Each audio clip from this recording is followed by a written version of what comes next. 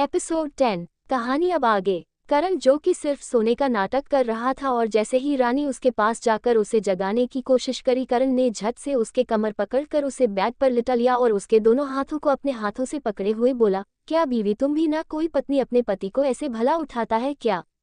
कम से कम एक सुबह की एक प्यारी सी किस तो दे के जगाती। करण को ऐसा करता देख रानी का चेहरा खिल उठा और वो हंसते हुए बोली, अच्छा जी, तो मेरे पति को मुझसे ये शिकायत है कि मैं उन्हें ठीक तरीके से जगा नहीं पाती हूँ। ठीक है, तो मैं ये शिकायत अभी दूर किए देती हूँ। और करण के चेहरे को अपने हाथों से धीरे धीरे छूने लगी। करण को लगा कि रानी उसे किस करेगी, इसीलिए वो अपनी पकड़ उस पर कमजोर कर दिया और उसके ओर बढ़ने लगा। इसी बात का फायदा रानी ने उठा लिया और उसे धक्का देते हुए बेड पर से उठ खड़ी हुई और करण को अंगूठा दिखाते हुए बोली, तो मिस्टर पतिदेव कैसी लगी मेरी किस? करण रानी को अपने से यूं दूर देख बेड पर से उठकर उसके तरफ भागते हुए बोला, अच्छा मेरी बिल्ली मुझी से म्याऊं, तुम्हें तो मैं अभी बताता हूँ। तब रानी बोली, पहले पकड़ोगे तो ना। मैं तो चली और भागकर नीचे चली गई। इधर करण बेचारा अपने रूम में खड़े खड़े रानी को देखता रह गया और हंसते हुए खुद से ही बोला, कोई बात नहीं माय डियर वाइफ, तुम्हें तो मैं किस करके ही रहूंगा, वो भी आज ही। फिर वॉशरूम चला गया। रानी भी नव्या को स्कूल के लिए रेडी कर दी थी और करण भी ऑफिस के लिए निकल चुका था। रानी ने देविका के पास जाकर बोला, आंटी जी मैं आज नव्या को स्कूल तक ड्रॉप करके आती हूँ। वो आज स्कूल बस में कुछ प्रॉब्लम हो गया था इसीलिए बस नहीं आया, तो मैं उसे ड्रॉप कर देती हूँ। ठीक है बेटा, तुम आराम से नव्या को स्कूल पहुंचा दो, हम खाना लेके खा लेंगे। हाँ माँ, मैं आराम से ही जाऊंगी, लेकिन प्लीज़ आप मेरे लिए पापा को भी खाना खिला दीजिएगा ना। प्लीज़ बेटा, मुझसे ये नहीं हो पाएगा। आप कोशिश तो कीजिए, हो सकता है कि एक पहल से आप दोनों के बीच का ये बिगड़ा रिश्ता सुधर जाए और रचना जो कि इतने दिनों तक प्यार के लिए तरसती रही, उसे आप दोनों का प्यार मिल जाए। शायद तुम ठीक ही कह रही हो बेटा, अगर रचना को मेरी वजह से कुछ खुशी मिल सकती है तो मैं उसे उससे दूर नहीं रखूंगी। पहले ही उसने हमारी वजह से काफ़ी दुखों को देखा है और फिर भी उसके दिल में किसी के लिए कोई नफरत नहीं है। वो बच्ची बहुत भली है। चलिए, कम से कम आपने अपना मन तो बना लिया ना इस रिश्ते को एक बार और जोड़ने का। मुझे पक्का यकीन है कि अब रचना को भी ये घर अपना लेगा। ठीक है आंटी, तब मैं आती हूँ।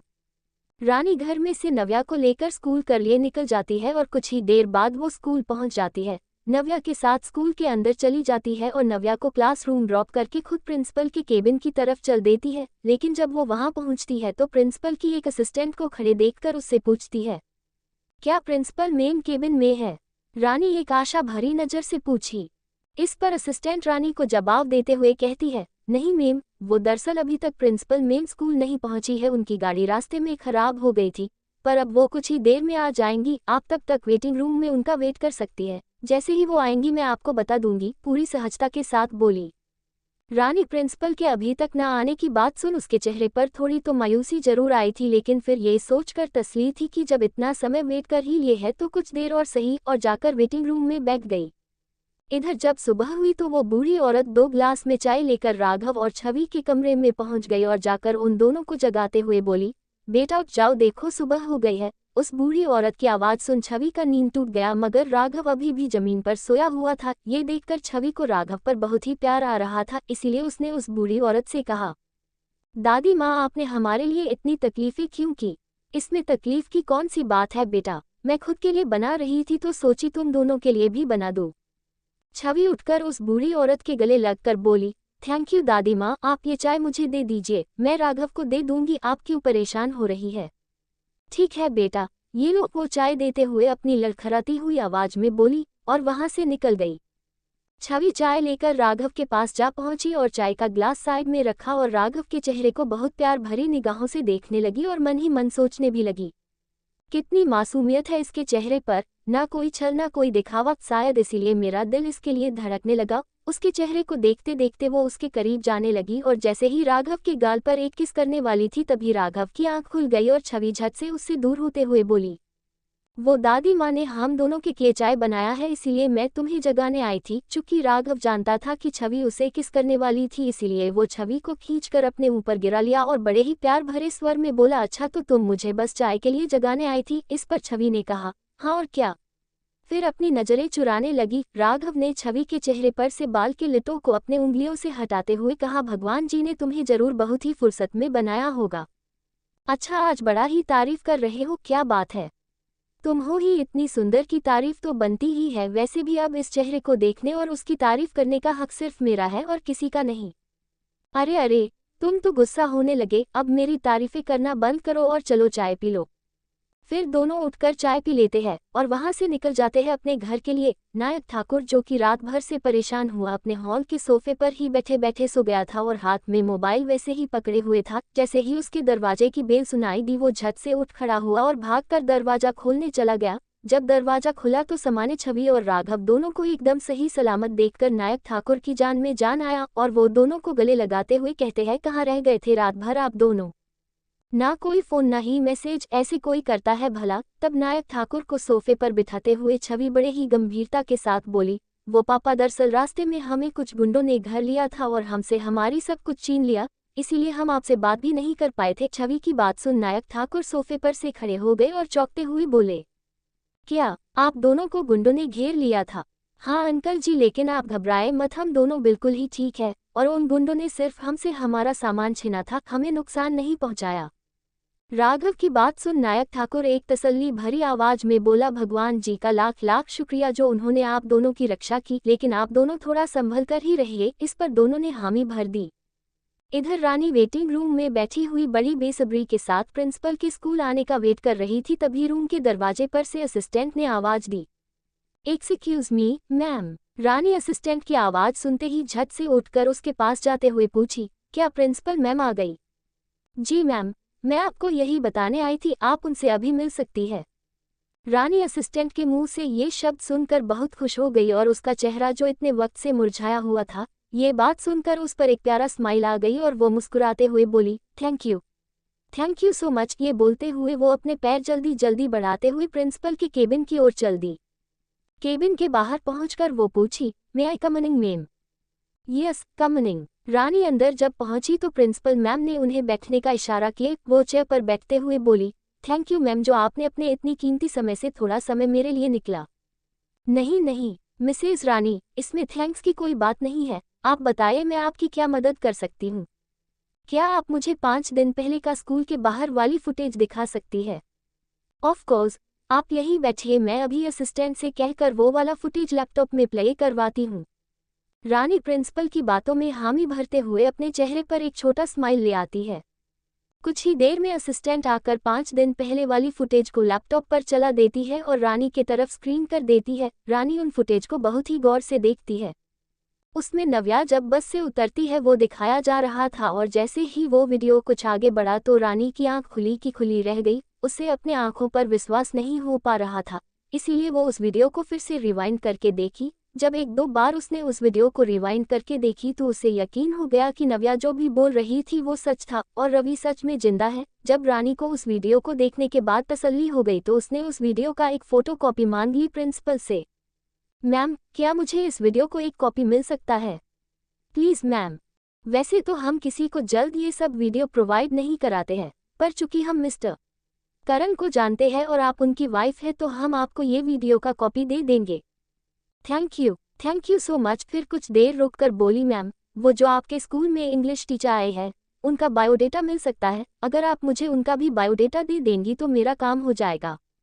कौन? मिस छवि। हाँ क्यों नहीं। फिर अपने असिस्टेंट को ऑर्डर करते हुए बोली, मैम को मिस छवि की बायोडेटा का एक कॉपी भी दे देना। ओके मैम, ये बोल और वहां से चली गई।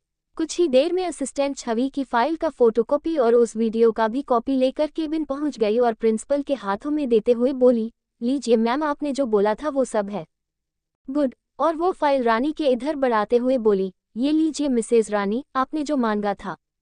प्रिंसिपल के हाथों से वो फाइल लेते हुए उसके चेहरे पर एक अलग ही खुशी झलक रही थी और बार बार प्रिंसिपल को थैंक्स बोले जा रही थी। वो स्कूल से वो सब लेकर घर के लिए निकल गई और गाड़ी में बैठकर खुद ड्राइव करते हुए घर के लिए चल पड़ी। पर मन ही मन वो खुशी से फुला ना समा रही थी कि पिया दीदी और रवि अभी भी जिंदा है और मैंने रवि को अपने आंखों से देखा है। मैं जल्दी से घर जाकर सबसे पहले ये बात करण को बताऊंगी, उसके बाद हम नील कर उन दोनों को ढूंढ गए। यही सभी दिमाग में सोचती सोचती वो घर पहुंच गई। जब वो घर में कदम रख रही थी तो उसे एक अलग सा ही खुशी फील हो रहा था। उसका मन कर रहा था कि वो सबको ये बात चीख चीख कर बोले कि रवि जिंदा है, पर फिर अपने पर कंट्रोल करते हुए धीरे से वो घर के अंदर आ गई। चूंकि अभी शाम होने में कुछ समय बाकी था, इसीलिए करण अभी तक घर नहीं आया था, तो रानी अपने रूम के बजाय रचना के कमरे में चली गई। जब रानी वहां पर पहुंची तो रचना को देखकर हैरान ही रह गई, क्योंकि रचना के साथ जितने भी दिनों से वो रह रही थी उसको इतना खुश कभी भी नहीं देखी थी, जिसकी वजह से वो पागलों की तरह डांस किए जा रही थी। रानी उसकी खुशी को बस दरवाजे पर खड़ी निहारे जा रही थी, लेकिन तभी रचना की नज़र उस पर पड़ गई और रानी को देखते ही वो लपक कर उसके गले से जा लगी और बार बार उसे थैंक यू बोले जा रही थी। अरे अरे, तुम मुझे थैंक यू क्यों बोले जा रही हो? मैंने ऐसा क्या किया है? रानी दी, आज पापा ने मुझे पहली बार बेटी कहा है। दी, आपको नहीं पता कि मैं ये शब्द सुनने के लिए बचपन से ही तरस गई थी। जब कभी कोई बच्चा अपने पापा के गोद में चढ़कर घूमती थी तो उसे देखकर मैं हमेशा यही सोचती थी कि क्या मेरी नसीब में ये सब नहीं लिखा है, लेकिन जब आज उनके मुंह से अपने लिए बेटी सुना ना, तो लगा कि मेरी हर ख्वाहिश पूरी हो गई। क्या अंकल जी ने तुम्हें बेटी बोला? इसका मतलब कि वो तुम्हें अब धीरे धीरे अपना रहे हैं और देविका आंटी भी तुम्हें अपना चुकी है। तभी रचना कहती है, ये सब आपके और करण जी की वजह से ही संभव हो पाया है, नहीं तो मैं ये सच्चाई कभी किसी से भी नहीं कहती। जब मेरी माँ मुझे छोड़कर इस दुनिया से गई थी तो उस टाइम मुझे ऐसा लगा था कि शायद इस बड़ी दुनिया में अब मेरा अपना कोई नहीं रहा जो मुझे अपना समझे, ना कि सिर्फ अपना स्वार्थ देखे। लेकिन देविका आंटी ने जब मुझसे ये बोला ना कि उनको मुझसे कोई शिकायत नहीं है और वो उसे अपनी बेटी का दर्जा देती है, तब जाकर मुझे ये एहसास हुआ कि माँ के जाने के बाद भी मेरी एक और माँ है। आज उनसे बात करके मुझे बहुत खुशी मिली। वाह, तुम्हें तो अब माँ बाबा दोनों मिल गए। अब तो तुम इस घर की लाडली बन जाओगी और मेरी नंद भी।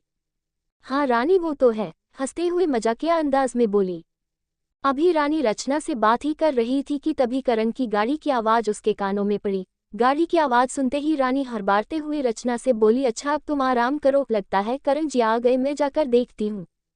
ठीक है रानी दी। रानी रचना के कमरे से अपनी कदम तेजी के साथ बढ़ाते हुए अपने कमरे पहुंची और दरवाजे पर से ही बोली, आ गए आप? मैं कब से आपका ही इंतजार कर रही थी, मुझे आपको कुछ दिखाना है। रानी की ये सारी बात सुनकर करण बोला, क्या बात है, तुम इतनी खुश क्यों दिख रही हो? मैं तो डेली इसी टाइम पर आता हूँ। रानी कमरे के अंदर आकर टेबल पर से लैपटॉप उठा ली और करण का हाथ पकड़कर बोली, आप पहले यहाँ बेड पर बैठिए। रानी क्या कहना चाह रही थी उसकी कुछ समझ में नहीं आ रहा था, इसीलिए वो बार बार पूछे जा रहा था, बात क्या है रानी, वो तो बताओ। वो आपको अभी पता चल जाएगा। फिर करण के सामने ही लैपटॉप ऑन करके उसमें वही वीडियो प्ले कर देती है जिसमें रवि की एक झलक को देखा गया था और करण से बोलती है, आप पहले ये वाली पूरी वीडियो देखिए, तब आपको अपने आप सब समझ में आ जाएगा। ऐसा क्या है इस वीडियो में जो तुम मुझे इस वक्त दिखा रही हो? फिर चुप होकर वीडियो देखने लगा। कुछ ही पलों में करण की आंखों के सामने रवि वाली सीन आ गया, जिसे देखकर वो अपनी पलकें एक दो बार झपकाया और फिर से वीडियो को रिवाइंड करके देखने लगा। लेकिन इस बार भी उसके सामने वीडियो में रवि ही था। जब उसे कुछ समझ नहीं आया तो वो रानी की तरफ मुड़कर बोला, ऐसा कैसे हो सकता है रवि इस वीडियो में, लेकिन वो तो ... अभी करण ने बस इतना ही बोला था कि रानी उसके गले लग गई और जोर से बोली, हाँ ये रवि ही है और नव्या ने इसके बारे में ही उस दिन हमें बताया था, पर हमने उसकी बातों पर इतना ध्यान नहीं दिया था। इस पर करण रानी को अपने चेहरे के सामने लाते हुए बोलता है, इसका मतलब अगर रवि जिंदा है तो कहीं ना कहीं पिया भी। इतना बोलकर करण रुक गया, लेकिन रानी ने उस बात को पूरा करते हुए बोली, हाँ पिया दीदी भी जरूर कहीं ना कहीं जिंदा होंगी, अब बस हम दोनों को मिलकर इन दोनों को ढूंढना होगा।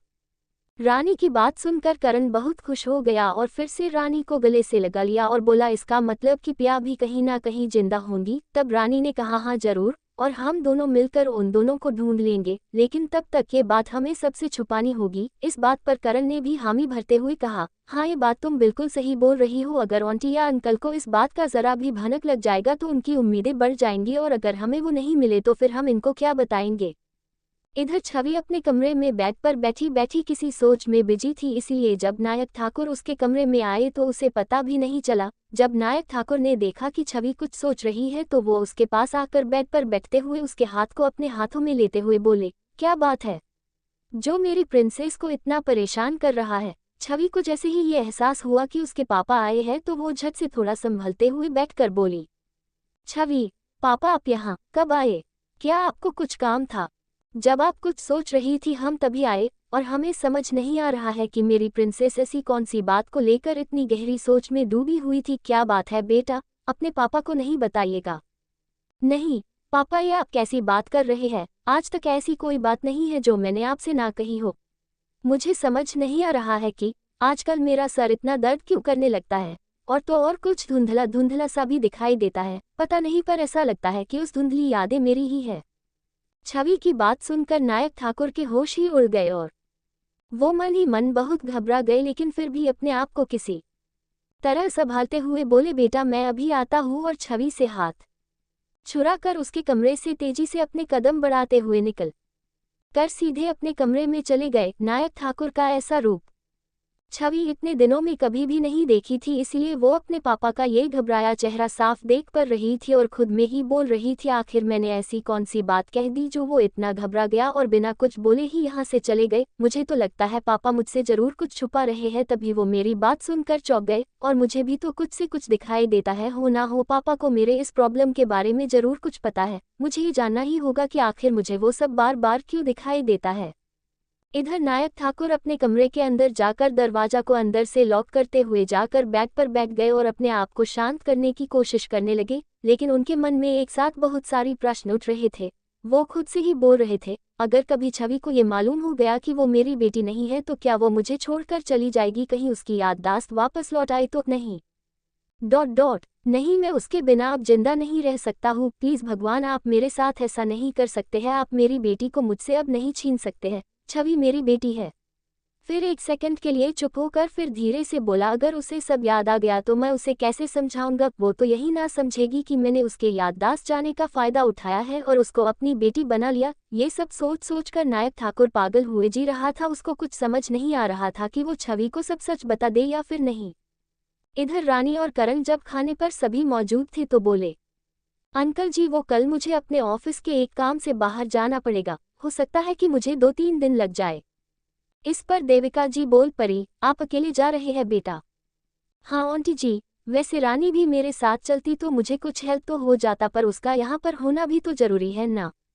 आप रानी बेटा को ले जाइए अपने साथ, ये बेचारी भी दिन रात बस हम सबकी सेवा में लगी रहती है। अगर आपके साथ जाएगी तो थोड़ा इसका भी मन लग जाएगा, और यहाँ पर तो हम और रचना बेटी है ही ना।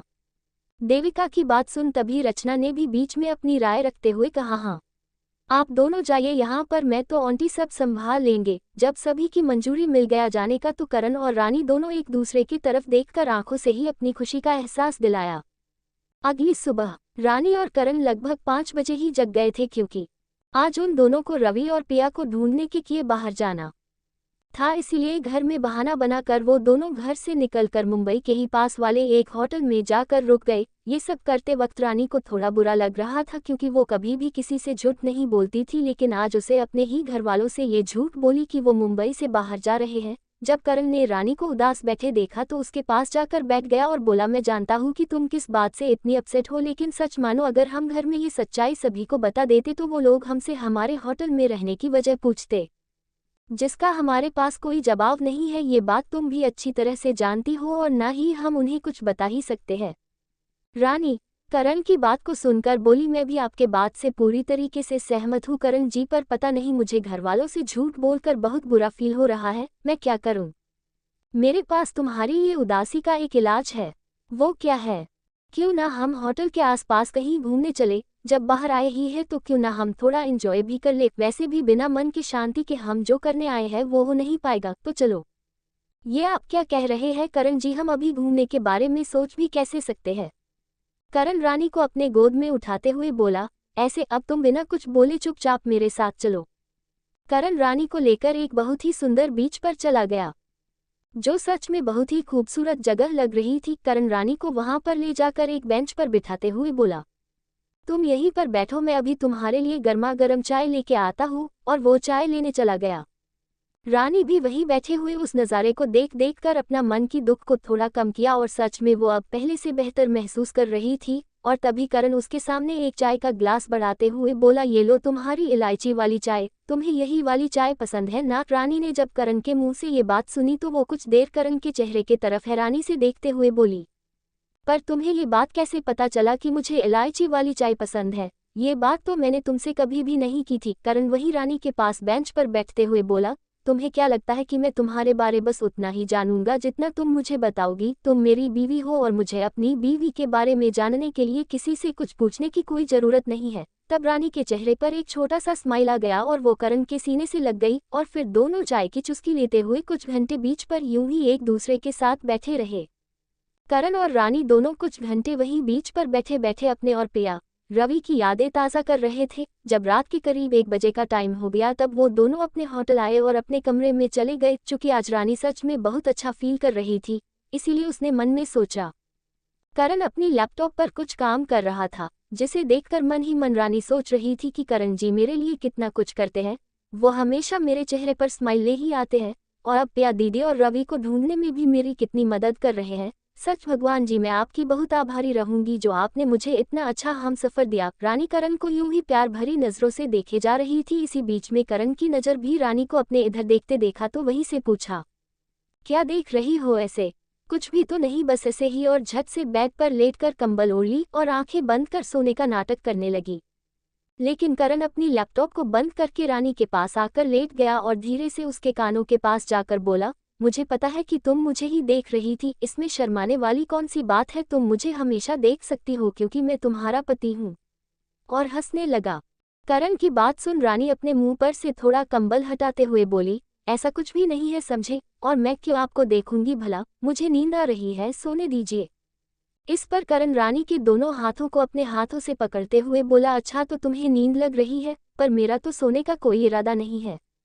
करण की बात सुन रानी थोड़ा शर्मा जाती है और अपनी नजरें नीची कर लेती है। फिर करण धीरे धीरे रानी के करीब जाने लगा और उसके होठों को ज्यों ही किस करने ही वाला था कि रानी उसे हल्का सा धक्का देके बेड के दूसरे छोर पर भाग जाती है और हंसते हुए बोलती है, तो कैसा लगा मेरा किस माय लविंग हस्बैंड जी? करण कुछ समझ नहीं पाया और जब तक करण कुछ समझता तब तक रानी उसके पकड़ से निकल चुकी थी। लेकिन फिर भी वो लपक कर रानी को पकड़ते हुए बोला, तुम्हें तो मैं अभी बताता हूँ। और अब बिना एक सेकेंड गान में उसने रानी के होठों को अपने होठों से पकड़ लिया और बहुत ही पेशेंटली किस करने लगा। रानी भी करण का पूरा साथ दे रही थी। उन दोनों ने कुछ ऐसे ही किस करते रहे और जब करण ने देखा कि रानी को अब सांस लेने में प्रॉब्लम हो रही है तो उसने किस करना बंद कर दिया और वहां से उठकर पानी का ग्लास लाते हुए रानी को बोला, सॉरी रानी, मेरी वजह से तुम्हें सांसें लेने में प्रॉब्लम होने लगी, ये पानी तुम पी लो। मैं जब तुम्हें किस करता हूँ तो पता नहीं मुझे अपने आप पर कंट्रोल ही नहीं रहता है। सॉरी, आगे से मैं इस बात का पूरा ध्यान रखूंगा।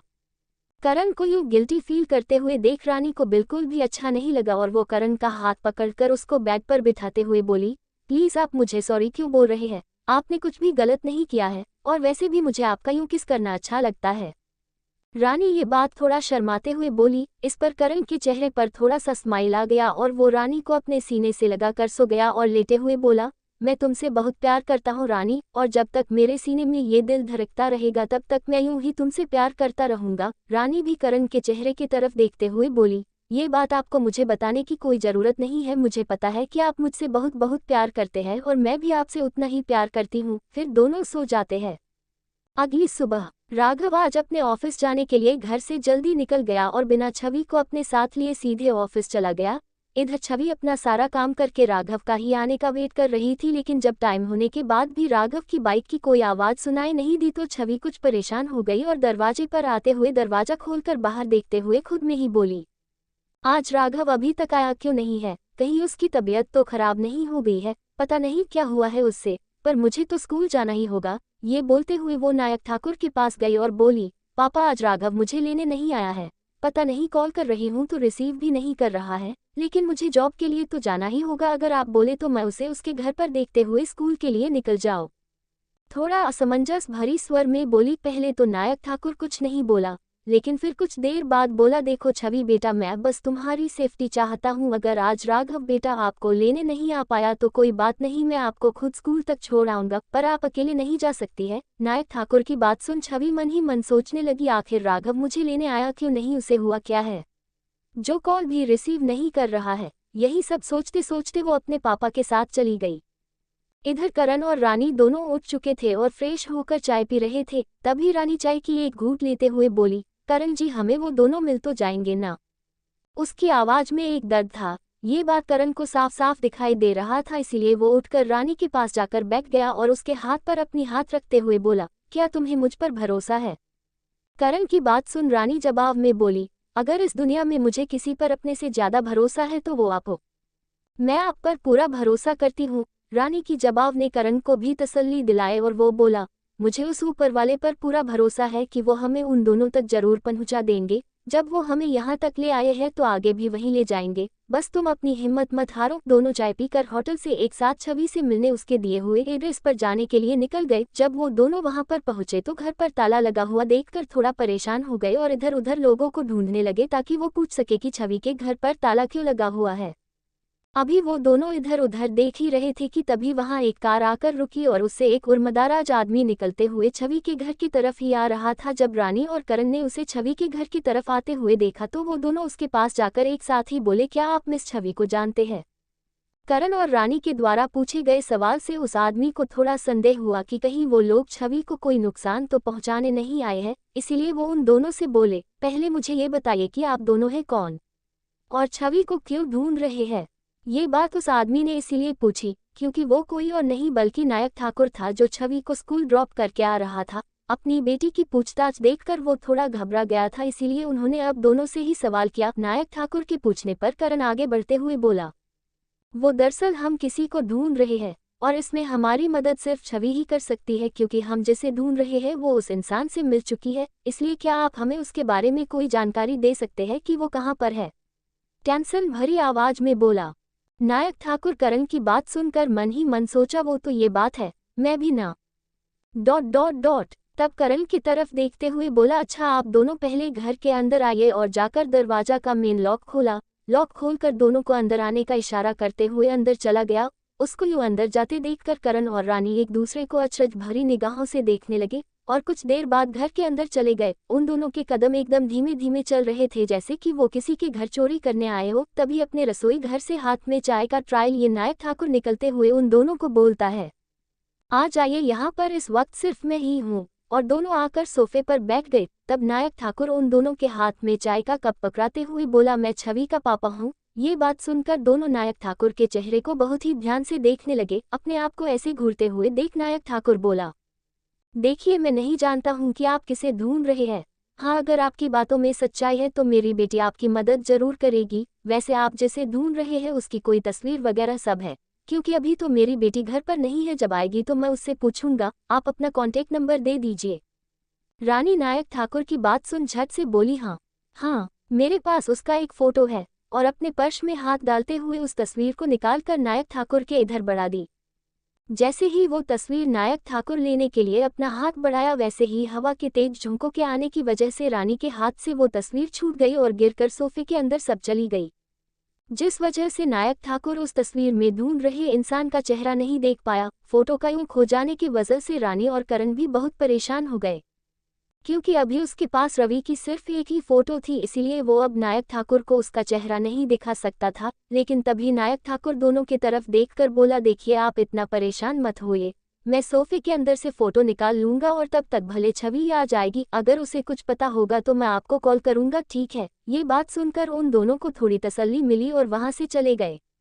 छवि को आज स्कूल में बिल्कुल भी मन नहीं लग रहा था। वो बच्चे को ठीक से पढ़ा भी नहीं पड़ रही थी क्योंकि उसके दिमाग में अभी भी सिर्फ वही बातें घूम रही थी कि राघव उसे लेने क्यों नहीं आया था आज और ना ही उसका कॉल रिसीव कर रहा था। वो कुर्सी पर बैठे बैठे ये सब बातें सोच ही रही थी कि तभी वहां दूसरी टीचर आते हुए पूछी, मिस छवि, क्या आपका तबीयत ठीक है? लगता है कि आपको आज रेस्ट कर लेना चाहिए। उसकी बात सुनकर छवि अपने कुर्सी पर से उठ खड़ी हुई और उदास भरे स्वर में ही बोली, हाँ मेरी तबीयत आज कुछ ठीक नहीं लग रही है। क्या आप आज मेरी क्लास ले लेंगे? मैं कल से खुद क्लास ले लिया करूंगी। हाँ क्यों नहीं, आप घर जाकर रेस्ट कीजिए। छवि अपना पर्स उठाकर वहां से निकल गई और स्कूल के बाहर आकर वो वहीं खड़े खड़े सोचने लगी कि क्या उसे राघव को मिलने एक बार उसके ऑफिस जाना चाहिए। कुछ देर सोचने के बाद वो एक ऑटो रिक्शा वाले को इशारा करते हुए रुकने को कहती है। जैसे ही वो ऑटो रुकता है छवि उसमें बैठकर बोलती है, भैया चलो। छवि के कहने पर गाड़ी चल देती है। लगभग आधा घंटा बाद छवि राघव के ऑफिस के नीचे पहुंच जाती है और वहां गाड़ी से निकलकर उसे पैसे दे देती है। जब गाड़ी चली जाती है तो छवि वहीं खड़ी फिर से एक बार खुद में बोलती है, क्या मुझे राघव को बिना बताए उसके ऑफिस आना चाहिए? अगर उसे अच्छा नहीं लगेगा तो पर ये मेरे पापा का ही ऑफिस है ना, मैं यहाँ पर उस हक से आई हूँ। ये सोचकर वो ऑफिस के अंदर चली गई। छवि जैसे ही ऑफिस पहुँचती है तो वो राघव को किसी और लड़की के गले मिलते देख एकदम से गुस्सा से भड़क उठी और अपने गुस्सा पर कंट्रोल ना करते हुए जोर से बोली, यहाँ रख क्या चल रहा है? क्या आप लोगों को यहाँ पर नेन मटक्का करने के लिए पैसे दिए जाते हैं? छवि को यूं अचानक ऐसे गुस्से में देखकर राघव बिल्कुल ही हैरान हो गया था। वो छवि को कुछ कहना भी चाहता तो छवि उसके बात को बीच में ही काट देती है और अपनी भड़ास निकाल रही है। जब उसको बहुत गुस्सा आने लगा तो वो अपने कदम को तेज गति से बढ़ाते हुए वहां से निकलकर अपने होटल जाने लगी और राघव उसके पीछे पीछे भागता हुआ छवि को रुकने को बोल रहा था। पर जब छवि उसके बात को न सुनते हुए आगे बढ़ती जा रही थी तो राघव को गुस्सा आ गया और वो उसके कलाई को पीछे से जोर से पकड़ता हुआ गुस्से में बोला, तुम्हें सुनाई नहीं देता है क्या? मैं कब से तुम्हें कुछ समझाने की कोशिश कर रहा हूँ और तुम हो कि मेरी बात सुनकर भी अनसुना कर रही हो। राघव द्वारा पकड़े गए हाथ से उसे दर्द हो रहा था, इसीलिए उसका गुस्सा और भी बढ़ गया और वो भी झुंझलाते हुए बोली, मेरा हाथ छोड़ो, मुझे तुम्हारी किसी बात में कोई इंटरेस्ट नहीं है, समझे? मुझे घर जाना है। मैं ही बेवकूफ़ थी जो यहाँ पर तुम्हें देखने चली आई, पर तुम तो यहाँ पर बहुत मजे से हो, छोड़ो मेरा हाथ, बोलकर अपना हाथ राघव से छुड़ाने लगी। छवि की बात सुन राघव उसकी कलाई नहीं छोड़ता है और उसे जबरदस्ती अपने साथ ऑफिस के पास ही एक होटल में ले जाता है और वहां पर जाकर उसकी कलाई को छोड़ देता है। जब छवि होटल के अंदर पहुंचती है तो वहां की साज सजावट देखकर हैरान रह गई थी। उस होटल में चारों तरफ कैंडल जल रहे थे, बहुत सुंदर खुशबू भी आ रहे थे। लेकिन फिर कुछ देर बाद छवि राघव की तरफ देखते हुए बोली, मुझे यहाँ पर क्यों लाए हो? शायद तुम किसी और को यहाँ लाने वाले थे, मैं तो बस dot dot dot dot dot dot dot.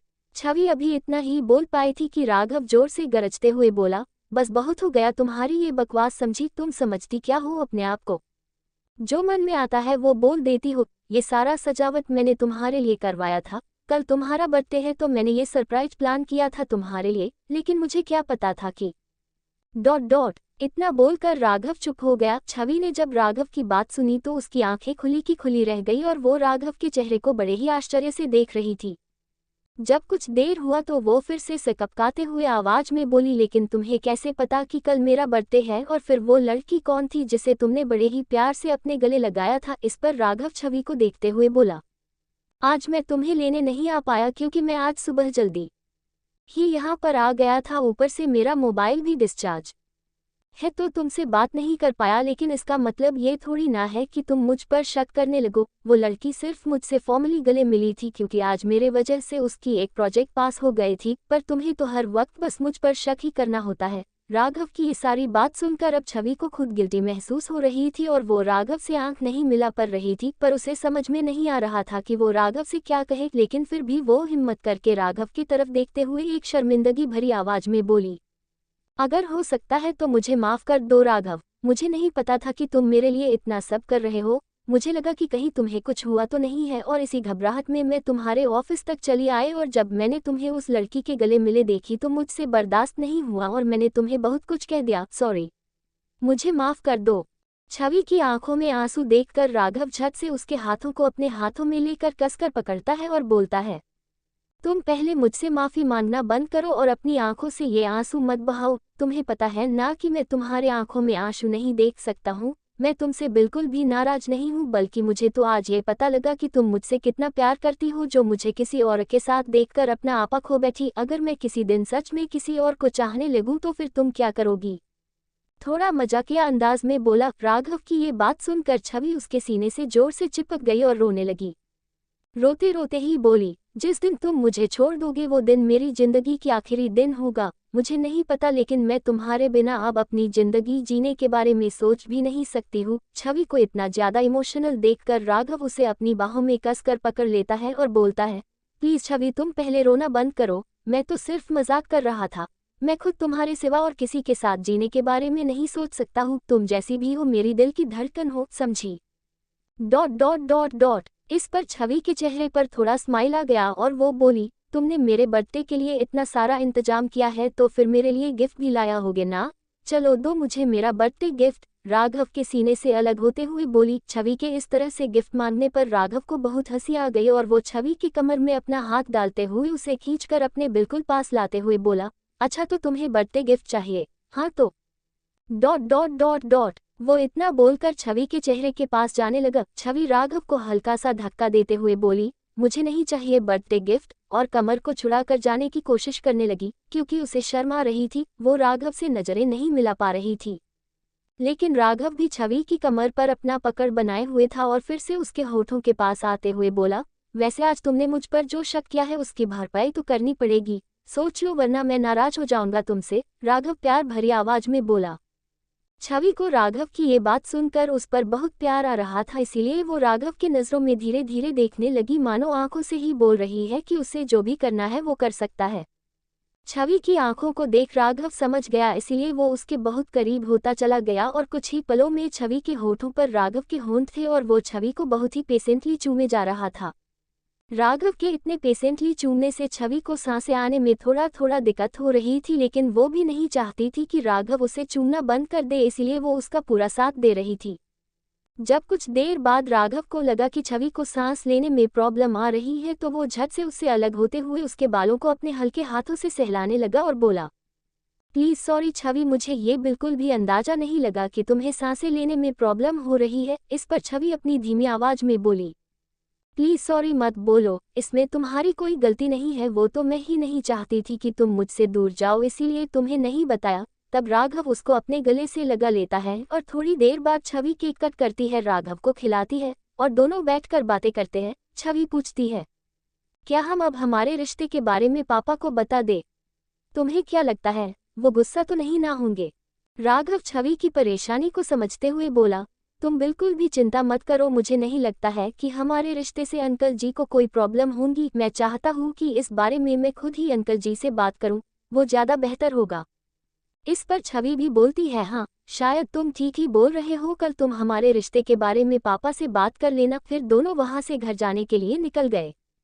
रानी और करण जब छवि के घर से निकले थे उसके कुछ समय बाद ही छवि को राघव ने घर पर ड्रॉप कर दिया और खुद वहीं से अपने रूम पर जाने के लिए निकल गया। जब छवि अपने घर का दरवाजा खोलकर अंदर आई तो देखी कि नायक ठाकुर सोफे के नीचे कुछ ढूंढ रहा था, इसीलिए वो तेजी से अपने कदम बढ़ाते हुए आगे बढ़ी और पूछी, पापा ये आप क्या कर रहे हैं, क्या कुछ ढूंढ रहे हैं? थोड़ा फिक्र जताते हुए बोली।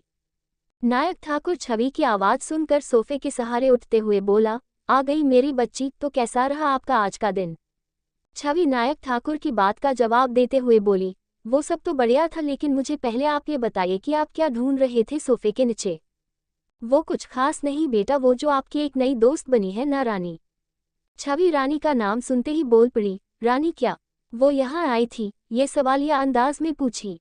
हाँ दरअसल वो अपने पति के साथ यहाँ आपसे ही मिलने आई थी, लेकिन तब आप घर पर नहीं थे तो उन्होंने मुझे ही एक तस्वीर देकर बोले कि अगर आप इसे जानते हैं तो उन लोगों को उसे ढूंढने में थोड़ा मदद कर दे। छवि अपने पापा की बात सुनकर कुछ समझ नहीं पा रही थी और बोली, पर किसे ढूंढ रहे हैं वो लोग? क्या आपने वो तस्वीर देखी है? क्या आप उसे जानते हैं? छवि की बात सुनकर नायक ठाकुर थोड़ा रेघाते हुए आवाज में बोला, कहाँ देख पाया मैं उस तस्वीर को?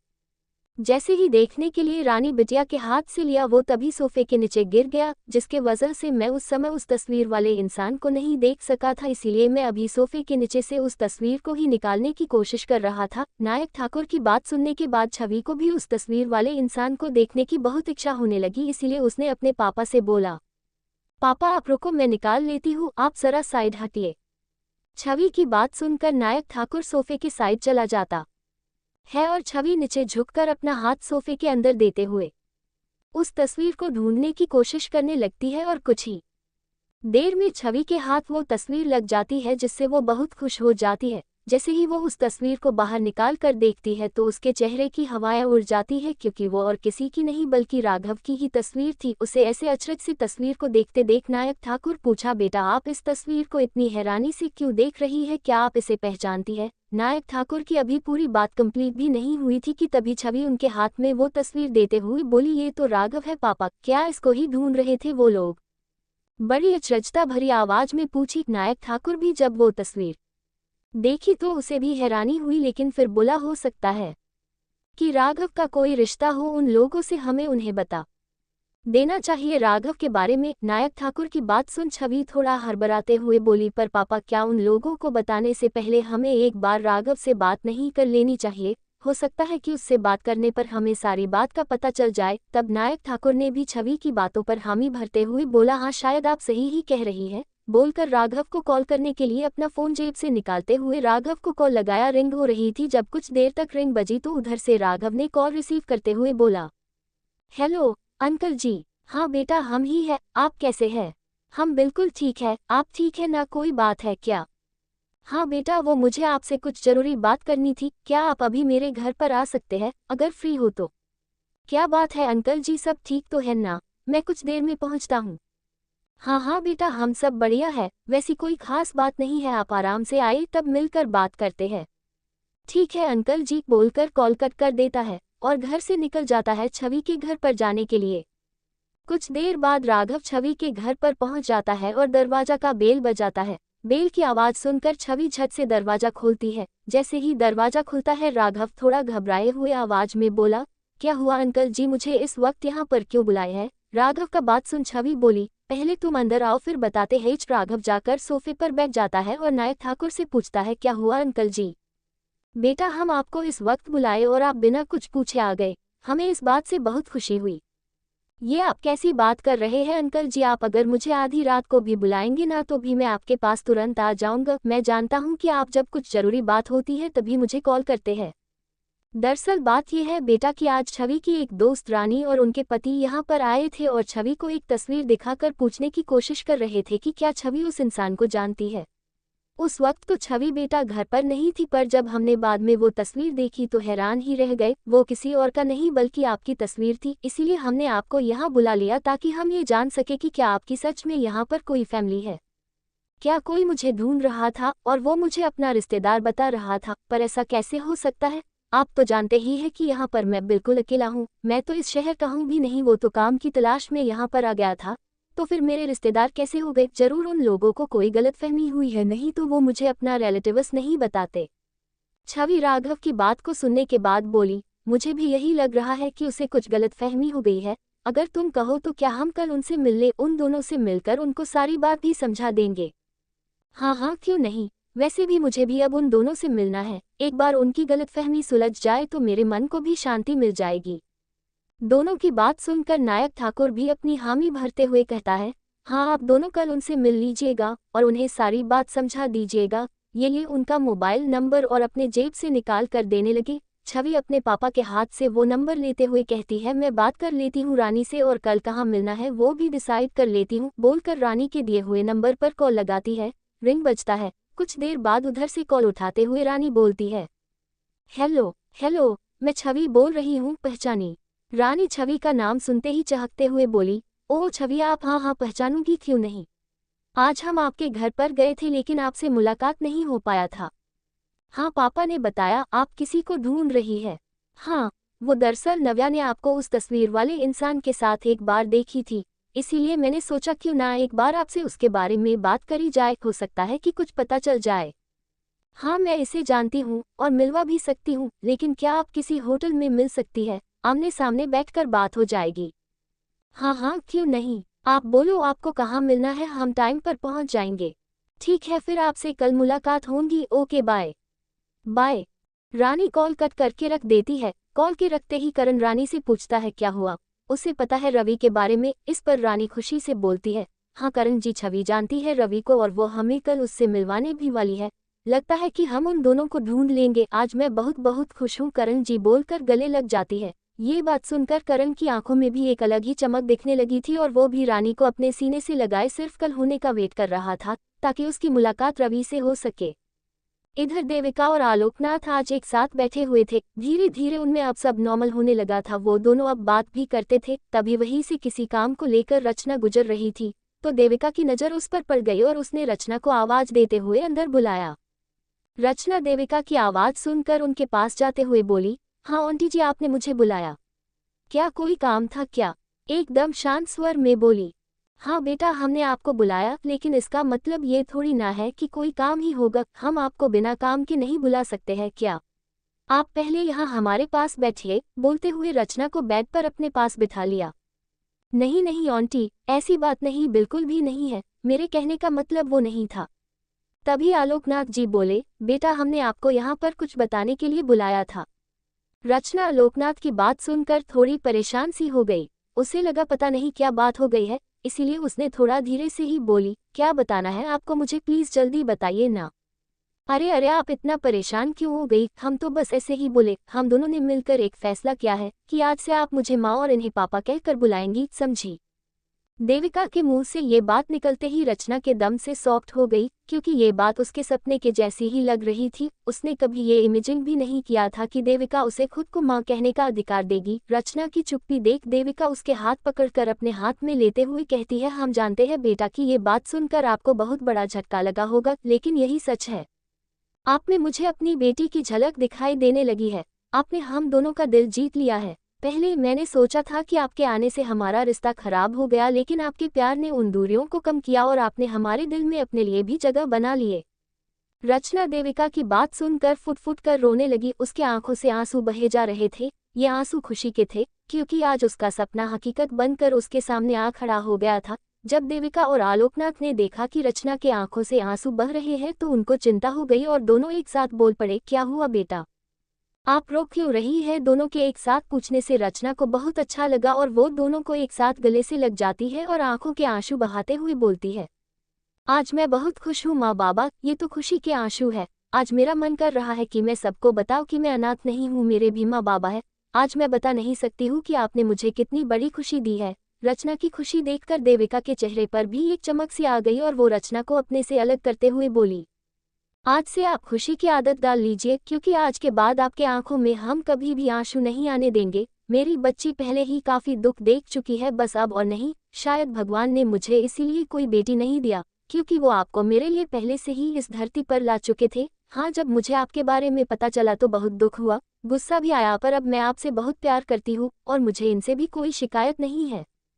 इधर रानी और करण जहाँ पर छवि ने मिलने के लिए बुलाया था, वहां पर पहले से ही पहुंचकर उनके आने का इंतजार कर रहे थे। मन में खुशी भी थी, लेकिन डर भी था कि कहीं रवि उसे पहचानने से मना तो नहीं कर देगा। अभी दोनों इसी उड़े-बुन में थे कि तभी करण की नज़र दूर से आते हुए छवि और उसके साथ आते रवि पर पड़ी। जैसे ही करण उन दोनों को आते हुए देखा, वो रानी को अपने हाथ से टच करके बताने की कोशिश करता है कि रवि आ रहा है। रानी जैसे ही पीछे पलटती है तो सामने रवि को देख उसकी भी आंखें खुली की खुली रह जाती है। कुछ देर तक तो करण और रानी बस रवि के चेहरे को ही देखते रहते हैं, लेकिन जब छवि को लगता है कि वो दोनों पुतला के जैसे हो गए हैं तो वो दोनों को उनके नाम से पुकारते हुए कहती है, हेलो रानी, क्या हुआ, तुम दोनों कहाँ खो गए हो, प्लीज क्या हम बैठकर बातें करें। छवि की बात सुनकर रानी और करण अपने संस में वापस लौट आते हैं और हड़बड़ाते हुए बोलते हैं, हाँ हाँ बैठिए ना। जब कुछ देर तक सब चुप रहता है तो रानी अपनी बात की पहल करते हुए कहती है, थैंक यू सो मच छवि, आज सिर्फ आपकी वजह से ही हम फिर से रवि से मिल पाए हैं।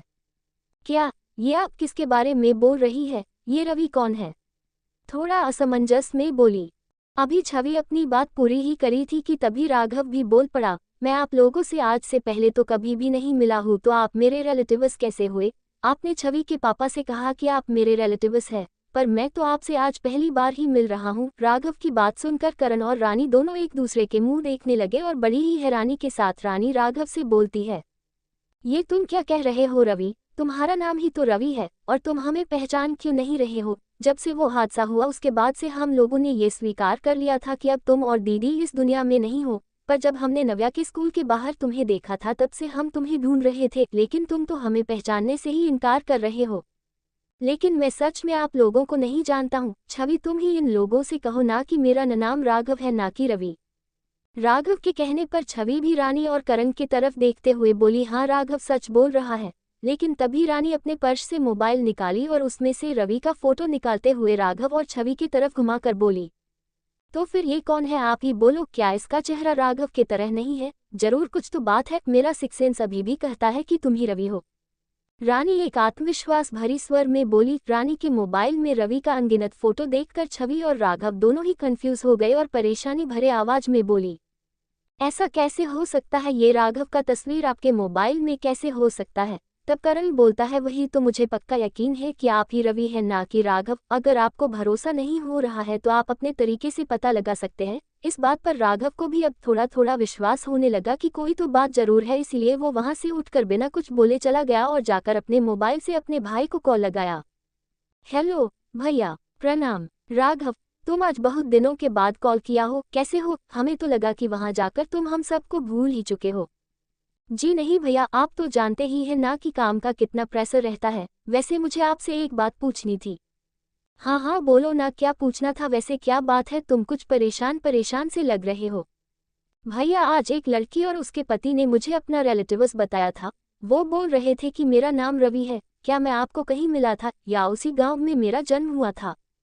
आज अचानक तुम्हें वहां ऐसा कौन मिल गया? लेकिन मैं तुमसे झूठ नहीं बोलूंगा राघव, हाँ तुम मुझे नदी के किनारे जख्मी हालत में पड़े मिले थे। जब तुम्हें होश आया तो तुम अपनी पिछली जिंदगी के बारे में सब कुछ भूल चुके थे, इसलिए मैंने तुम्हें अपने पास रख लिया और ये बताया कि तुम इसी गांव में जन्मे थे। पर सच तो ये है कि तुम यहाँ के नहीं हो, लेकिन इतने दिनों में तुम मेरे भाई जरूर बन गए हो। क्या मैं आपको नदी के किनारे मिला था? इसका मतलब वो लोग सही ही कह रहे थे। फिर कुछ देर चुप रहने के बाद बोला, ठीक है भैया, मैं आपको बाद में कॉल करूंगा, अभी मुझे कुछ जरूरी काम है, बोलकर कॉल रख देता है। अभी करण और रानी छवि को समझाने की कोशिश कर ही रहे थे कि वो राघव नहीं रवि है कि तभी पीछे से राघव बोलता है, मुझे लगता है कि आप लोग शायद सही बोल रहे हैं। राघव द्वारा बोले गए इस बात से छवि एकदम से एकचका गई और कुर्सी पर से उठते हुए बोली, ये तुम क्या बोल रहे हो राघव? पर तुम ही तो कह रहे थे कि तुम इन लोगों से पहले कभी भी नहीं मिले हो, तो फिर अब ये सब क्या है? छवि राघव के बात से बहुत परेशान हो गई थी, लेकिन राघव ने उसे समझाते हुए कहा, अभी मैंने अपने भाई से बात किया और उनसे इस बारे में बात किया तो उन्होंने मुझे बताया कि वो मेरे अपने भाई नहीं है और उनको मैं नदी के किनारे मिला था। जैसे ही राघव नदी वाला बात बोला, रानी झट से बीच में ही बोल पड़ी, क्या तुमको नदी के किनारे से उठाया गया था? रानी की बात का जवाब देते हुए राघव बोला, हाँ तो इसमें क्या बात है? तब रानी राघव को बताती है, दरअसल तुम्हारी और मेरी पिया दीदी की नई नई शादी हुई थी, इसलिए तुम दोनों अपने हनीमून के लिए स्विट्जरलैंड जा रहे थे, लेकिन दुर्भाग्यवश जिस फ्लाइट से तुम दोनों जा रहे थे उसका लैंड करने से पहले ही क्रैश हो गया, जिसके वजह से बहुत से पैसेंजर वही स्पॉट पर ही मारे गए, लेकिन तुम दोनों की लाश का कोई अता पता नहीं था। अब जाकर लगता है कि तुम दोनों ही फ्लाइट से नीचे नदी में गिर गए होंगे, जिसके कारण तुम्हारी बॉडी सरकार को नहीं मिल पाई थी। रानी की बात सुनने के बाद मानो कि छवि को मानो वो सब अपने साथ हुआ दिखाई दे रहा था, लेकिन फिर बोली, क्या ये सब सच है? पर मुझे तुम्हारी बातें सुनकर ऐसा क्यों लग रहा है कि ये सब मेरे साथ हुआ है? पता नहीं ये मुझे बीच बीच में क्या हो जाता है। फिर राघव की तरफ देखकर बोली, राघव अगर ये सारी बात सच है और ये सब तुम्हारे फैमिली है तो तुम्हें इन लोगों के साथ जाना चाहिए, क्या पता इनके साथ इनके बीच में रहने से तुम्हारी याददाश्त वापस लौट आए।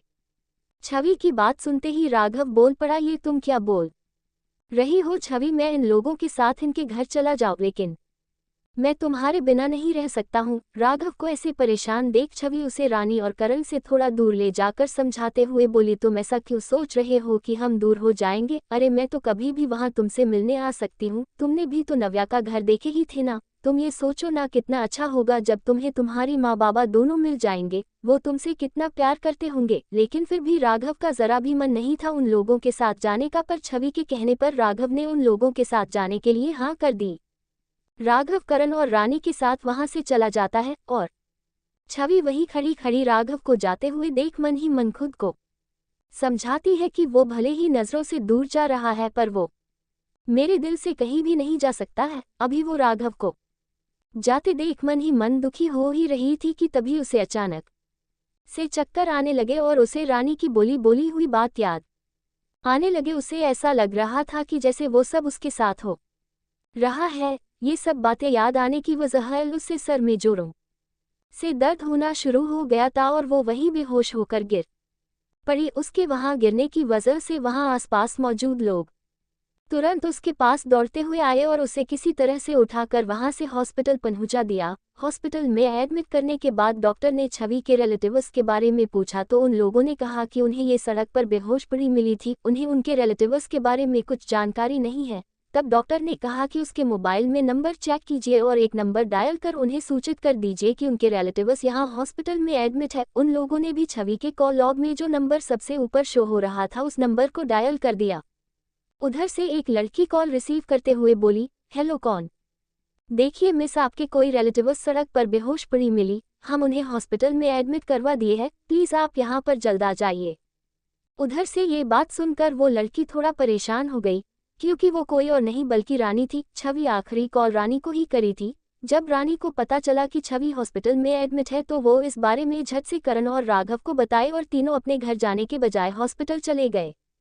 राघव छवि के बेहोश होने की खबर सुनकर बहुत ज्यादा ही घबरा गया और अपने आप में ही बोलने लगा, मुझे उसकी बात माननी ही नहीं चाहिए थी, मुझे उसे छोड़कर नहीं जाना चाहिए था। उसको इतना परेशान देख रानी से रहा नहीं गया और वो बोली, तुम इतने घबरा क्यों रहे हो उस लड़की के लिए? तुम तो मेरी दीदी से बहुत प्यार करते थे ना, तो फिर उसको कैसे भूल गए? रानी के उन सब बातों से राघव को गुस्सा आ गया और वो जोर से बोला, आप अपनी ये बकवास बंद करेगी अभी? मुझे अपनी पुरानी जिंदगी के बारे में नहीं पता, हो सकता है जो आप बोल रही है वो सच हो, पर मैं अभी बस इतना जानता हूँ कि मैं छवि से बहुत ज्यादा प्यार करता हूँ और शायद उसके बगैर रह भी ना सकूँ। वो मेरी जिंदगी बन चुकी है, तो उसको कुछ बोलने से पहले एक बार जरूर सोच लीजिए, समझी? ...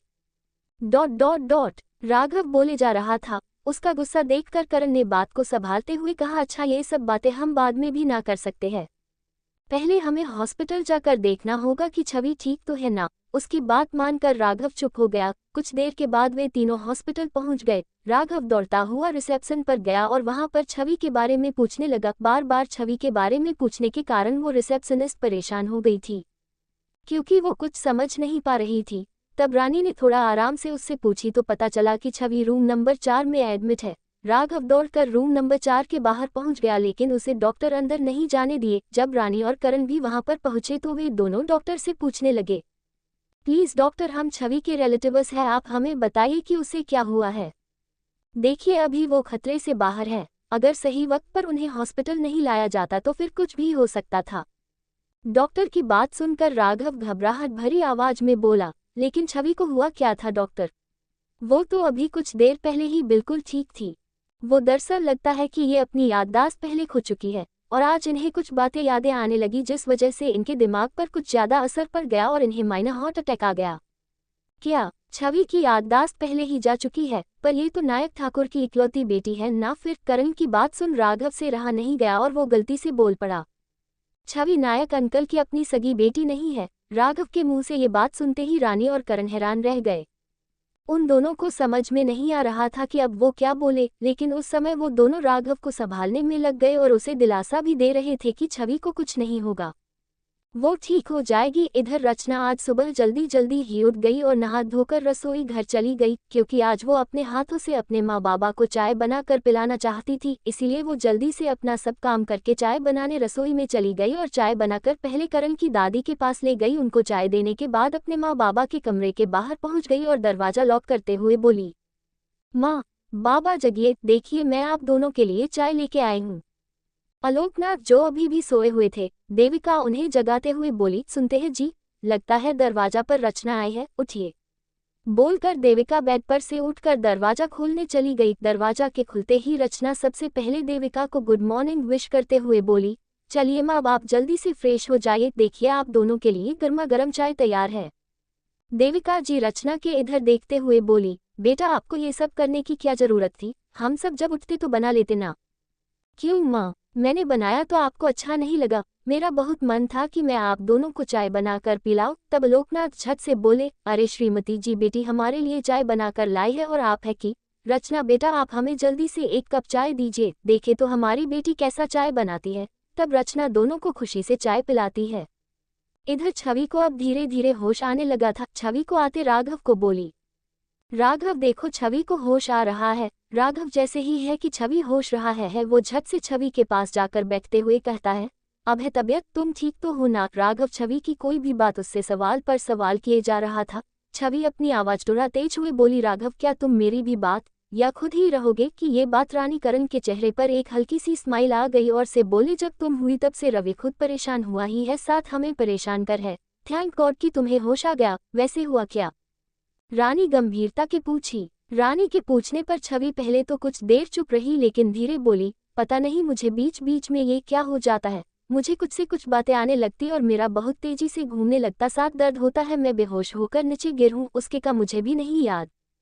छवि की बात सुनकर राघव बोला, अगर तुम्हें ये प्रॉब्लम पहले से हो रही है तो तुम इस बारे में अपने पापा से बात क्यों नहीं करती हो। मैं आज ही उनसे तुम्हारे इस प्रॉब्लम के बारे में बात करूंगा। पहले तुम्हें यहाँ से डिस्चार्ज करवा लूँ, उसके बाद सीधे तुम्हारे घर चले गए। राघव को इतना परेशान देख छवि उसके हाथ पर अपना हाथ रखते हुए बोली, देखो राघव, मैं अब बिल्कुल ही ठीक हूँ और तुम पापा से भी इस बारे में बात कर लेना, लेकिन इस वक्त तुम्हें इन लोगों के साथ जाना चाहिए। जब ये लोग तुम्हें ढूंढने के लिए इतनी मेहनत कर सकते हैं तो क्या तुम्हारा ये फर्ज नहीं बनता है कि तुम भी इस सब में इन लोगों का थोड़ा साथ दो। पर छवि, तुम ये क्या बोल रही हो? मैं तुम्हें इस हालत में कैसे छोड़ सकता हूँ? तुम मुझे जबरदस्ती फोर्स नहीं कर सकती हो, ये सही नहीं है। मैं तुम्हें फोर्स बिल्कुल भी नहीं कर रही हूँ और ना ही कर सकती हूँ। बस मैं इतना चाहती हूँ कि अगर सच में तुम ही रवि हो तो तुम्हारी एक माँ भी है जो तुम्हारे लिए दिन रात रोती होंगी। क्या तुम नहीं चाहते कि वो तुम्हें देखकर खुश हो और अपने आगे का जीवन खुशी खुशी बिताए? राघव छवि की बात सुनने के बाद कुछ देर तक चुप रहा, फिर बोला, मैं सिर्फ तुम्हारे कारण इन लोगों के साथ जाऊंगा, लेकिन पहले तुम मुझे ये प्रॉमिस करो कि तुम मुझे टाइम टाइम पर कॉल करोगी, नहीं तो मैं उसी वक्त वहां से चला आऊंगा। ठीक है, मैं तुमसे प्रॉमिस करती हूँ कि मैं तुम्हें समय समय पर कॉल करूंगी। अब तो खुश, अब एक बार मुस्कुरा भी दो। छवि के इतने समझाने के बाद राघव रानी और करण के साथ जाने के लिए मान गया। ये देखकर रानी छवि को बोलती है, पहले मुझे लगा था कि शायद मैं तुम्हारे कारण रवि को कहीं खो ना दूं, लेकिन आज जब तुम रवि को ऐसे समझा रही थी तब जाकर मुझे ये एहसास हुआ कि शायद मेरी सोच तुम्हारे बारे में गलत थी। तुम्हें देखकर आज मुझे अपनी दीदी की याद आ गई, वो भी बिल्कुल तुम्हारे जैसे ही रवि को किसी बात के लिए मना लेती थी। पता नहीं तुम्हें देखकर हमेशा मुझे दीदी की याद क्यों आ जाती है। तब करण बोलता है, ठीक है, अब छवि भी बिल्कुल ठीक हो गई है, इसे घर ड्रॉप करते हुए हम लोग को भी अपने घर के लिए निकल जाना चाहिए। करण की बात सुनकर सभी वहां से चल दिए। राघव छवि को अपने गोद में उठाकर हॉस्पिटल के बाहर कार तक लाया और उसमें बिठाया। करण और रानी भी आगे वाली सीट पर बैठ गए, राघव भी छवि के साथ पीछे वाली सीट पर बैठ गया। उसके बाद गाड़ी स्टार्ट हो गई। राघव, रानी और करण तीनों अपने घर पहुंचते हैं। घर पहुंचते ही रानी दरवाजा लॉक करती है।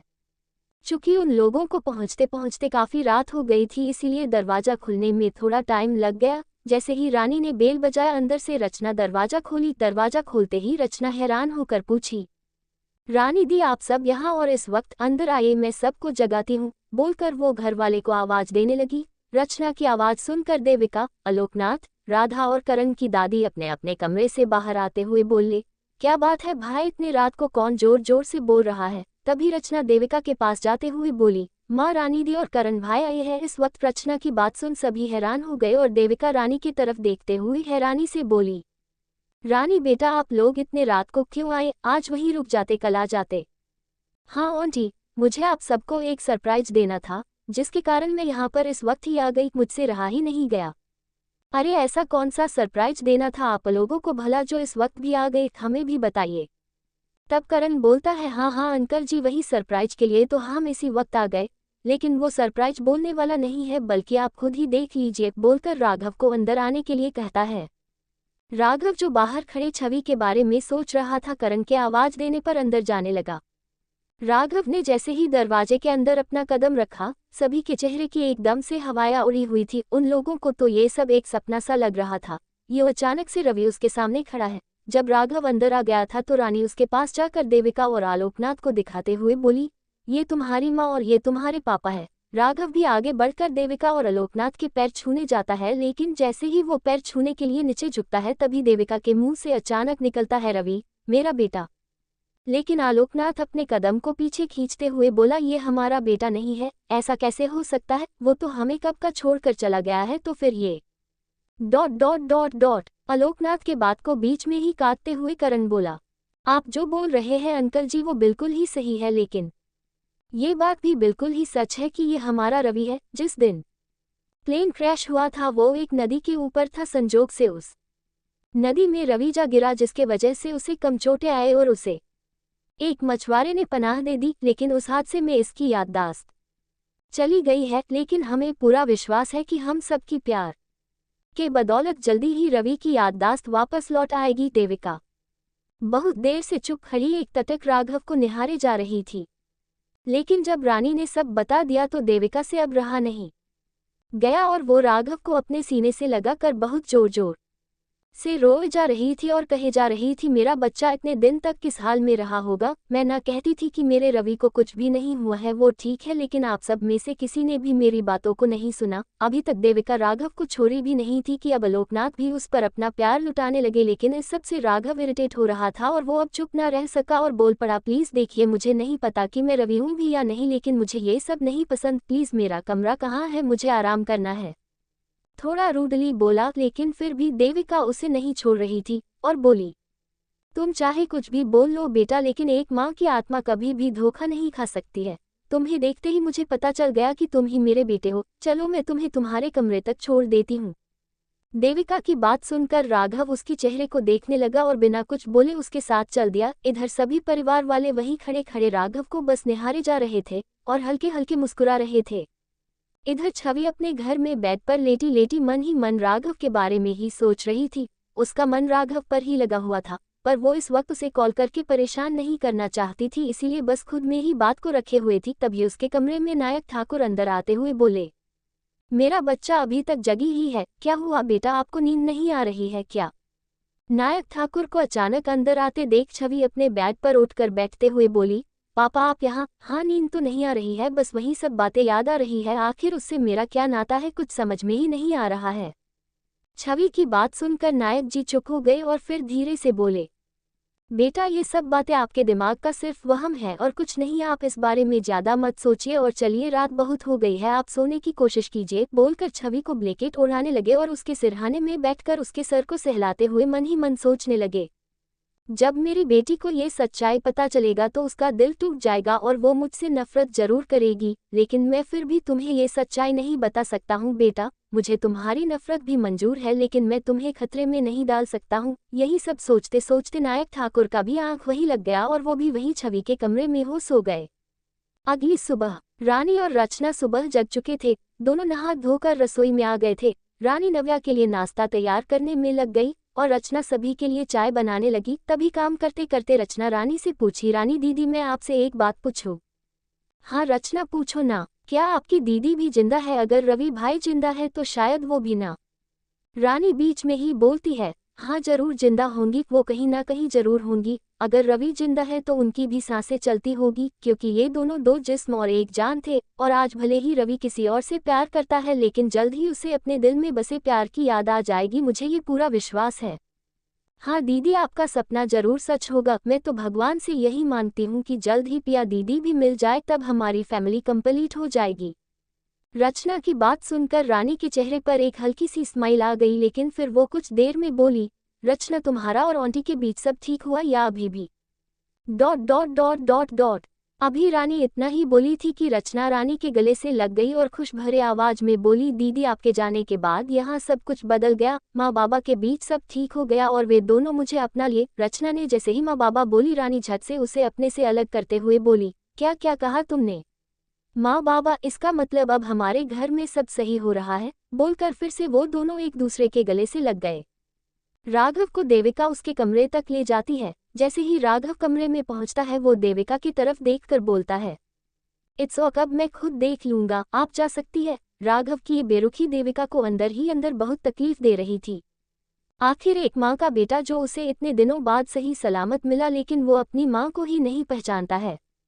इससे एक माँ को तकलीफ तो होगी ही ना, लेकिन फिर भी देविका अपने दुख पर काबू करते हुए राघव की तरफ देखकर मुस्कुरा दी और बोली, ठीक है बेटा, जैसी आपकी मर्जी, तब तक आप फ्रेश हो जाइए, मैं आपके लिए कुछ खाने के लिए लाती हूँ। बोलकर देविका वहां से चली गई। देविका के जाने के बाद राघव दरवाजा बंद कर देता है और पूरे कमरे को बड़े ही गौर से देखने लगता है। कभी कभी तो उसे ऐसा भी लगता है कि वो यहाँ पहले भी आ चुका है, लेकिन फिर वो धुंधली यादें मिट जाती है। ये सब देखकर राघव खुद को शीशे में देखते हुए बोलता है, आखिर क्या है मेरी सच्चाई? क्या मैं सच में रवि हूँ? अगर मैं रवि हूँ भी तो क्या मुझे तो कुछ याद ही नहीं है अपने पिछली जिंदगी के बारे में। प्लीज भगवान जी, बस अब आप ही मेरी उलझनों को सुलझा सकते हैं। बोलकर एक गहरी सांस लेते हुए बेड पर लेट गया। बेड पर लेटते ही उसे छवि की याद आ गई और वो झट से अपने जीन्स की पॉकेट से मोबाइल निकालकर छवि का नंबर डायल करता है। वैसे रात काफी हो चुकी थी, लेकिन छवि को भी राघव की बहुत याद आ रही थी, जिसके वजह से वो अभी भी जग ही रही थी। जैसे ही वो देखी कि राघव का कॉल आ रहा है, वो धीरे से अपने पापा के हाथ को अपने सर पर से हटाते हुए रूम में से आहिस्ता आहिस्ता बाहर निकल गई और छत पर आकर कॉल रिसीव करते ही बोली, पहुंच गए तुम अपने घर। छवि की आवाज़ सुन राघव के दिल को बहुत ज्यादा ही सुकून मिल रहा था। कुछ देर तो वो छवि को ही बोलते हुए सुनने लगा, लेकिन जब छवि उधर से बार बार हेलो बोलने लगी तब राघव को होश आया और वो भी हड़बड़ाते हुए बोला, हाँ हेलो, तुम ऐसे ही बोलो ना, मुझे तुम्हारी आवाज़ सुननी है, बहुत मिस कर रहा हूँ तुम्हें। राघव को ऐसे बोलते सुन छवि मन ही मन समझ गई कि राघव अपने आप को अकेला महसूस कर रहा है, इसीलिए उसका मन लगाने के लिए वो बोली, अच्छा जी, तो मैं तुम्हें इतना फिजूल लग रही हूँ कि आधी रात को तुम्हारे लिए बक बक करूँ, वो भी अकेले ही। नहीं। छवि की बात सुन राघव के चेहरे पर एक प्यारी सी हंसी आ गई और बोला, तुम्हें बहुत अच्छी तरह से समझता हूँ, तुमने ये सब मुझे हंसाने के लिए बोला ना, क्या करूँ, नई जगह है ना, थोड़ा टाइम तो लगेगा ना एडजस्ट करने में। मुझे पूरा यकीन है कि तुम अपने सभी रिश्ते को बहुत अच्छी तरीके से हैंडल करोगे, भले ही तुम्हें कुछ याद ना हो, पर रिश्ते को जानने के बाद तो तुम समझ ही जाओगे ने कि कौन कौन है। वैसे तुम्हारी माँ और बाबा कैसे है? वैसे तो माँ बहुत अच्छी ही है, लेकिन मैं उनके साथ थोड़ा रूडली बात करी है, जिसके वजह से वो थोड़ा दुखी है और ये बात मुझे बहुत गिल्टी फील करा रही है। पर ऐसा क्यों किए तुम? उनसे कोई दिक्कत है क्या? नहीं, ऐसी कोई नहीं है, वो बहुत अच्छी है, पर पता नहीं मुझे थोड़ा गुस्सा आ गया था, इसीलिए। शायद तुमसे दूर आकर मुझे अच्छा नहीं लग रहा है, मुझे तुमसे मिलने का मन कर रहा है। देखो राघव, मैं तुम्हारी प्रॉब्लम समझती हूँ, लेकिन तुम भी ये बात समझो ना कि जो माँ इतने दिनों तक अपने बेटे के गम को सहती आई है और अचानक एक दिन उसका बेटा उसके सामने आ जाता है तो उसका मन कैसा होगा। अगर तुम्हें मुझसे मिलनी ही है तो तुम मेरे स्कूल आ जाना नव्या के साथ। अरे वाह, क्या रास्ता निकाला है तुमने, मेरे दिमाग में ये बातें तो आई ही नहीं। अब तो मैं कल का वेट कर रहा हूँ, लेकिन मेरी एक शर्त है कि तुम अपनी माँ को टाइम दोगे, उन्हें समझने की कोशिश करोगे, फिर ही मैं तुमसे मिलूंगी। अगर तुम मेरे साथ हो ना तो मुझे कोई भी बात मंजूर है। ठीक है, तब तुम सो जाओ, वैसे भी बहुत रात हो गई है, बोलकर कॉल रख दिया। राघव ने अचानक ऐसे कॉल रख दिया जिससे छवि बहुत चिढ़ गई और खुद से ही बोली, अच्छा बच्चों, अभी मुझे इतना मिस कर रहे थे और अभी कॉल रखने से पहले एक बार भी मुझे आई लव यू तक नहीं बोला, कल लेती हूँ इसकी खबर। और फिर मुस्कुराने लगी। अगली सुबह देविका, जो कि आज बहुत दिनों के बाद सुबह सवेरे जगी थी, क्योंकि आज उसका बेटा रवि, जो कि उसके कलेजे का दुकड़ा था, वो उसके सामने था। वो जल्दी जल्दी उठकर नहा धोकर रसोई में चली गई। जब रानी का नींद टूटा तो वो रसोई में जाकर देखती है तो वहां पर पहले से ही रंग बिरंगी पकवान बनाए जा रहे थे, वो भी देविका सब अकेली ही कर रही थी। रानी ये सब देखकर मुस्कुरा उठी और वही रसोई के अंदर आते हुए बोली, क्या बात है आंटी जी, आज तो लगता है आप पूरा दुकान ही सजा देंगी पकवानों का। रानी की ये बात सुनकर देविका की भी हंसी छूट गई और वो बोली, क्यों ना सजाओ, आज मेरा बेटा वापस मेरे पास आया है, आज मैं उसके पसंद का हर वो खाना बनाऊंगी जिसे देखकर उसके मुंह में पानी आ जाता था। ये बोलकर फिर उसके चेहरे पर से वो मुस्कान शायद गायब हो गई और वो एकदम से शांत सी हो गई। देविका का यूं अचानक से शांत हो जाना रानी को एहसास हो गया और वो उनके कंधे पर हाथ रखते हुए पूछी, आंटी जी, अभी तो आप इतनी खुश थी और अब ये अचानक से चुप क्यों हो गई? क्या हुआ? इस पर देविका रानी की आंखों में देखकर बोलती है, क्या करूं बेटा, जितनी खुशी मुझे रवि के मिलने पर हुई है ना, उतनी ही तकलीफ मुझे ये बात जानकर होती है कि वो मुझे पहचानता तक नहीं है, ऊपर से मुझसे बात भी नहीं करना चाहता है। एक माँ का दिल है ना, ये सब बात से बहुत तकलीफ होती है। देविका का दुख देखकर रानी उसे अपने गले से लगाती हुई बोलती है, बस कुछ समय में ही रवि आपको बहुत प्यार करने लगेगा, आप देखिएगा। अब तो आपको एक बेटी भी है, अब तो आप डबल सेलिब्रेशन करिए। फिर दोनों हंसने लगे। देविका का लगभग सारा खाना बन चुका था। रानी भी तब तक सबके लिए चाय बना ली और सबको चाय देने के लिए चली गई। सभी को चाय देते हुए वो करण को भी चाय देने गई। करण भी ऑफिस जाने के लिए रेडी हो रहा था, तभी रानी चाय टेबल पर रखते हुए बोली, करण जी, आपकी चाय जल्दी पी लीजिएगा, नहीं तो ठंडी हो जाएगी, बोलकर रूम से बाहर जाने लगी। लेकिन रानी जैसे ही बाहर निकलती उससे पहले ही करण उसकी कलाई पकड़कर उसे अपने करीब खींच लेता है और बोलता है, क्या बात है भाई, आजकल मेरी बीवी को तो मेरी बिल्कुल भी परवाह नहीं रहता है। रानी करण के बाहों में खुद को पाकर बोली, अच्छा जी, तो मेरे पतिदेव को इस वक्त रोमांस सूझ रहा है। और फिर हल्का सा धक्का देते हुए बोली, चलिए छोड़िए, मुझे नीचे बहुत सारा काम है। अब जिसकी बीवी इतनी खूबसूरत होगी उसे तो रोमांस सूझेगा ही ना, इसमें मेरी गलती थोड़ी ना है। ऐसे तो नहीं जाने दूंगा तुम्हें, पहले मुझे एक किस चाहिए। देखिए इस वक्त कोई भी आ जाएगा, प्लीज आप मुझे छोड़िए, कोई किस विश नहीं मिलेगा, वो तो मैं लिए बिना तुम्हें जाने नहीं दूंगा। ये बोलकर करण धीरे धीरे रानी के होठों की तरफ बढ़ने लगा। करण के यूं पास आने से रानी भी मदहोश होने लगी और शर्म के कारण अपनी आंखें बंद कर ली। जैसे ही करण के होंठ रानी के कोमल होठों को छूने को थे, तभी वहां पर रचना रानी को बुलाते हुए पहुंच गई और अचानक ये सब देखकर वो अपना सर दूसरे तरफ करते हुए सॉरी सॉरी बोलने लगी। रचना के यूं आ जाने के कारण रानी को भी बहुत शर्म आने लगी और वो करण को धक्का देके रचना के साथ नीचे चली गई। लेकिन इस सब में बेचारा करण का मुंह लटक गया क्योंकि उसे किस नहीं मिल पाया। तो दोस्तों, आज के इस एपिसोड में बस यही तक। आगे की कहानी को हम कल अगले एपिसोड